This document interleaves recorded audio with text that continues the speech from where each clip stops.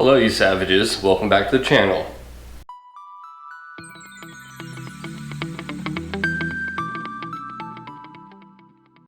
So I've been gone for about a week. I was out in the middle of the ocean for work, but I'm back now, and I actually kind of missed filming. I didn't know if I would or not, but gotten kind of used to it. Kind of like it.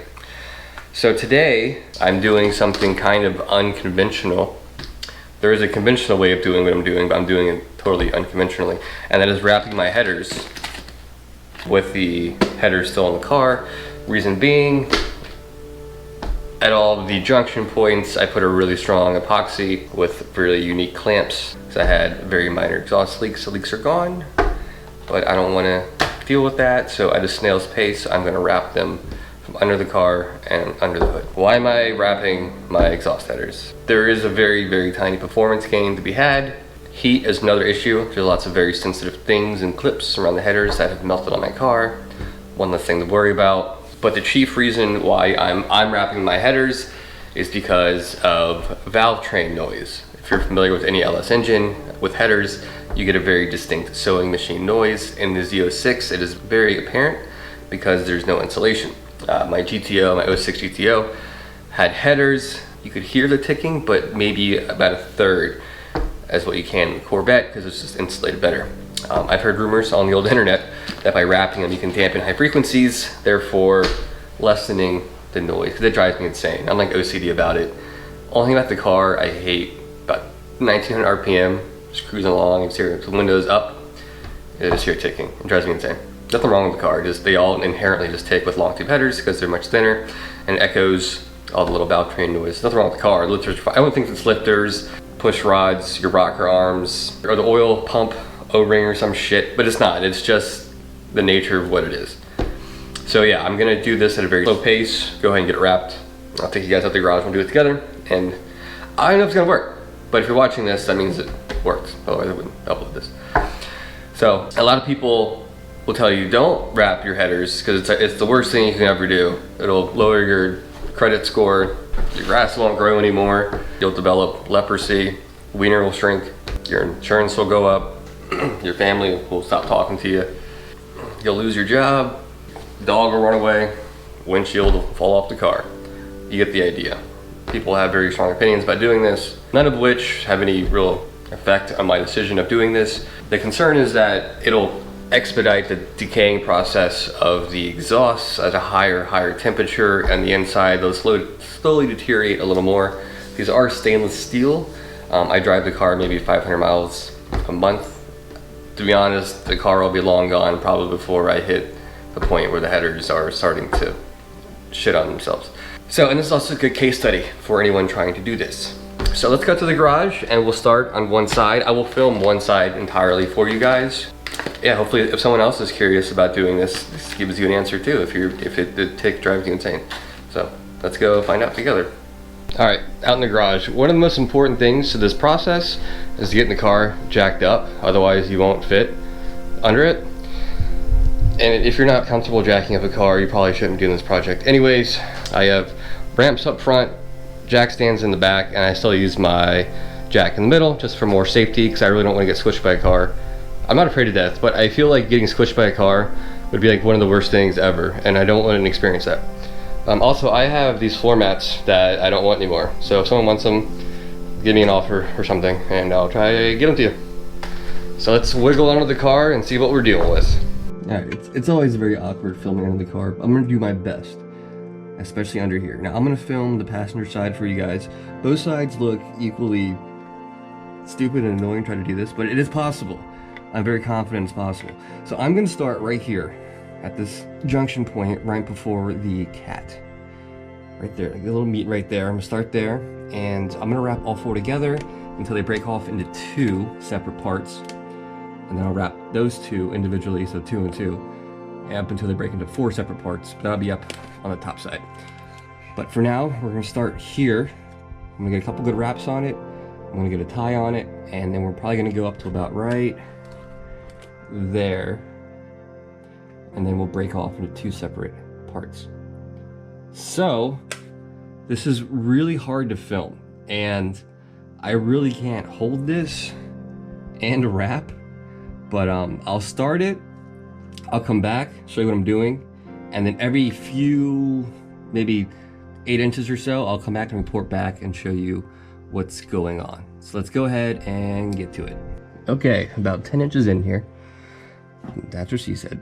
So this hasn't been hard. It's been very frustrating because you got to wrap the whole damn thing around, but it's actually going quicker than I thought. This took me maybe 10 minutes. So I'm gonna go ahead and try to get to this elbow right here, and then I will report back. But yeah, so far so good. I need to secure this a little better, but I did one wrap and then got the little steel tie on there. I don't think I secured it right. I need to look at the instructions, but it's on there, it's holding it. For every wrap, I'm overlapping about 1/4 inch on the previous one to give it a nice, good seal. So I'll be back when I reach right there. Okay, this was like 25 minutes of work. It's actually going much smoother than I anticipated. There's actually quite a bit of room to get it around the headers as well. And after closer inspection, it looks like this side's actually the harder side as far as the amount of room you have to work with. So let me see if I can get a better angle looking up here. Again, I'm on the passenger side here. So I'm going to continue wrapping it as one unit until for about 3 or 4 more inches, till about right here. I'm right here, right there, and then I'll tie it off, and then it kind of splits into 2 separate entities, and I'll do those until they fork again. So I'm gonna keep pressing on, and like I said, so I overlap about 1/4 inch, and then once I wrap it around, I pull it real tight, and it seems to hold itself. Once you get around once tight, it holds itself pretty good. Yeah, I'm gonna press on till I get to this junction. I'll tie it off, and then the hardest part's gonna be doing about 10-inch sections of the 2 pieces, but then from the top, you can do it, the single pipes, pretty easily. So this is actually a much easier evolution or production than I thought it was gonna be. So I hope it works. And I think at the end, what I'm gonna do is spray just the bottom in the ceramic coat that you can spray these in, just for extra protection from road debris and whatnot. So, all right, let's continue. All right, so I've gotten 3 of them done. 1 more to go on the very right here. I got some worm clamps, hose clamps, whatever you want to call them, securing the top 3, making them feel a little better. You can see that. This definitely is kind of like an art form to do this. I've not perfected it at all, but for first time and not knowing what I'm doing and doing it in this method, it's not terrible.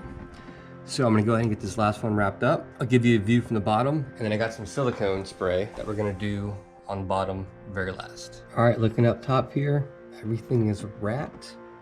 Everything is tight as a gnat's booty. Within a spot right there. I think I'll use some of the other wrap from the package I got. Maybe wrap around that a couple times, but not too bad.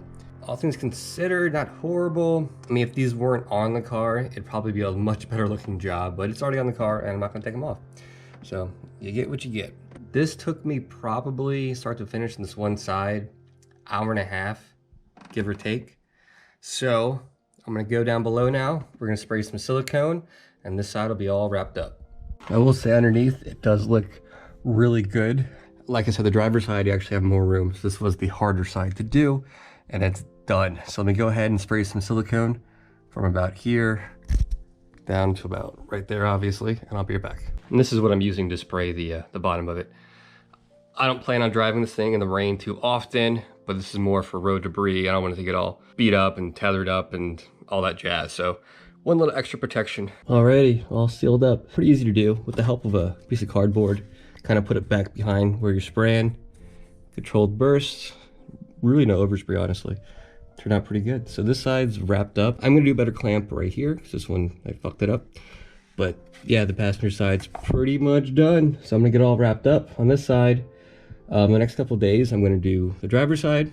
And this weekend, I'm gonna take it out and see if it solves my ticking issue.